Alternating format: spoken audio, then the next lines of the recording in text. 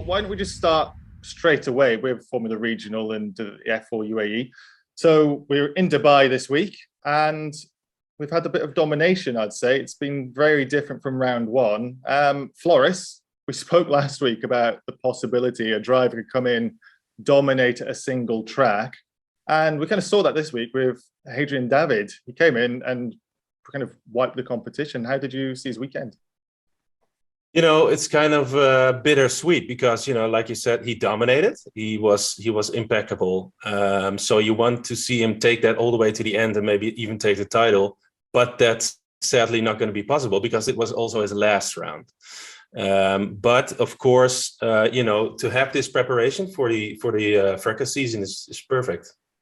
Yeah, it's a shame. And you mentioned it, Tyler. We've seen drivers coming and going, and it's great to see so many drivers, but it's also a little bit disappointing because I'm thinking we could have championship battles that we're just not going to have this time around.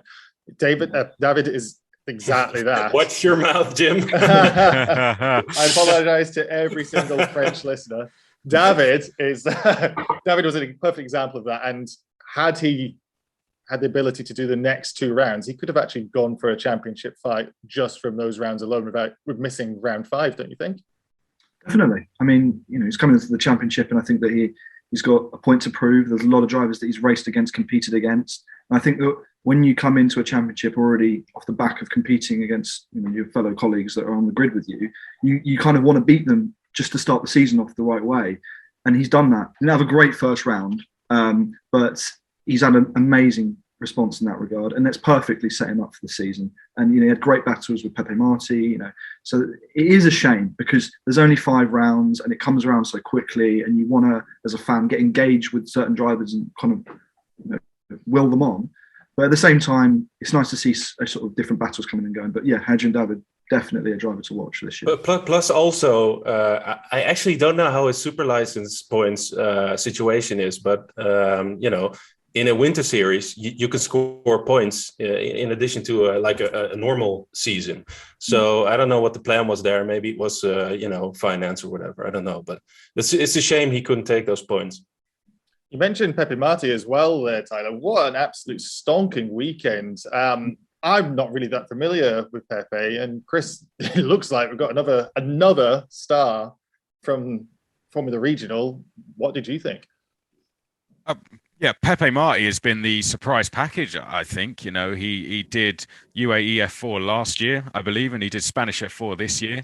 But, he didn't come in as a name we all expected to be challenging for podiums. He started with those 2 DNFs at round 1, and it would be very easy to throw in the towel at that point a little bit, but it didn't affect his confidence at all. Clearly 4th then at the end of round 1, and then 2 podiums here. So hugely impressive. I'd say so far he's been one of the standout performers, being an F4 graduate, to be competing with these guys who have been racing in the likes of FRECA and F3 as well. So yeah, hugely impressed with him.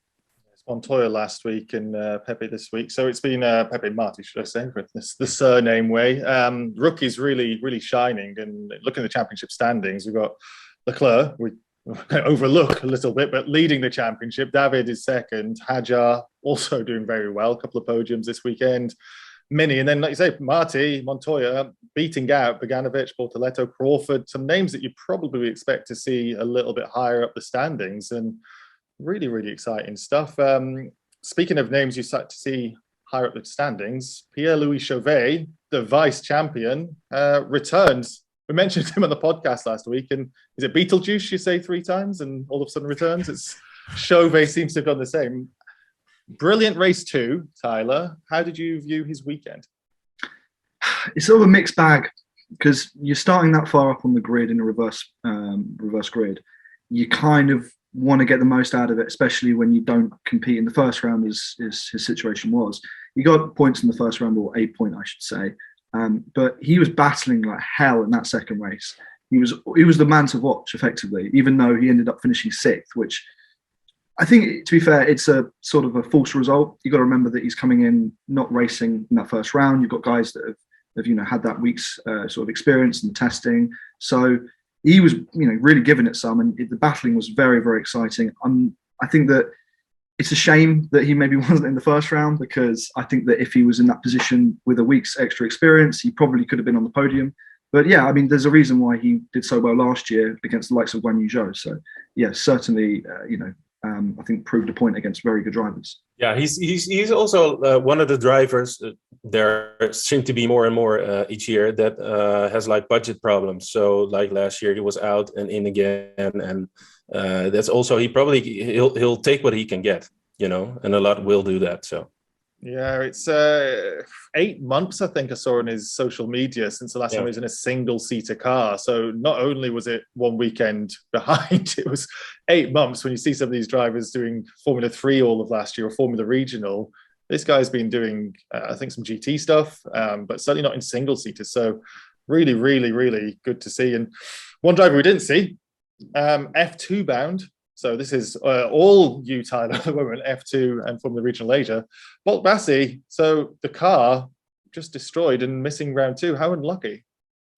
Well, first of all, glad no one was injured. Obviously, that's the focus. Proved again how important the halo was as a safety design. But yeah, it's a shame because he is someone who has a massive following. Turkish, I think motorsport fans are very underappreciated at times.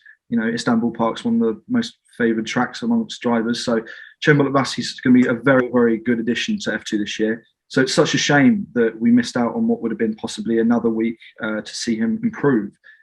He's going against a lot of drivers who've got more experience than him, despite the fact that he's much older. He's 23 years old, I believe. So yeah, it is a shame, but we'll be watching him next week come back. And I think that the first weekend especially, he didn't get a good start. He was involved in a lot of battles. He got maybe a bit too close in sort of wheel-to-wheel combat. But it's all about learning lessons. That's what the point of the Winter Series is. And as a lot of drivers say, they'd rather make those mistakes now than in the actual season later in March, April, May.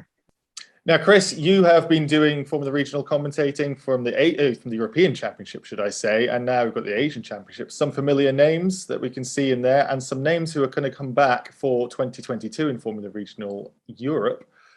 How have you rated some of those performances, and are you thinking people are doing better or worse than they should be? I mean, one of the people doing a lot better, and I think deserves a lot of praise, is Lorenzo Fluxer, because he scored no points in the European Championship last season. He never really caught a break. I remember him having a good one at Spa, and then he ran into trouble in the race. And he never, speaking to him throughout the season, he never dropped his head. He always found the positives, and I think that approach has served him very well. He's clearly been working hard in the sim over the winter, and he's come back, and he's only been out of the points once so far this season in the Asian Championship. And I think Dino Beganovic as well is showing that he can challenge for a title. It was so unlucky what happened to him in the last race last year. He had all his supporters there with him that event as well. There was a whole coach load of them.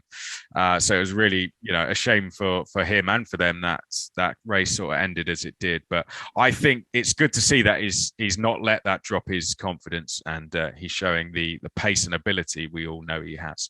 Yeah, he kind of shone last year in F3 Asia, didn't he? Beganovic last year. We had the commentator call him in Dynamite Dino. I remember that distinctly. Wow. Yeah. So good to see. Good to see that he might be progressing into his second season in FRECA, isn't it now? So should be a championship contender for Prema, we'll be expecting. Oh, 100%. Yeah. Murray Boyer, another one who I think will contend. He's a driver that gets his elbows out, definitely. Kaz Havercourt. Although he hasn't really gone to, say, one of the Premas or the ARTs, I still think he'll be one to watch in that one as well. Gabriel Bortoletto has got to be another one. But with, say, Sebastian Montoya doing as well as he did in that first round, I'm interested to see how he goes as well in the series. Yeah, I think everybody's really excited by the Montoya prospects after last week. And we should mention Gabriele Mini as well, right? I mean, he's absolutely on fire. We all thought he was going to be the rookie champion, and then it just sort of fell to pieces at the end, largely not due to his fault. But again, he's a driver. I have to say, when you go and speak to him after a bad race, it's like he's almost had a good. He's just found the positives already, and he's got a very calm head for someone so young.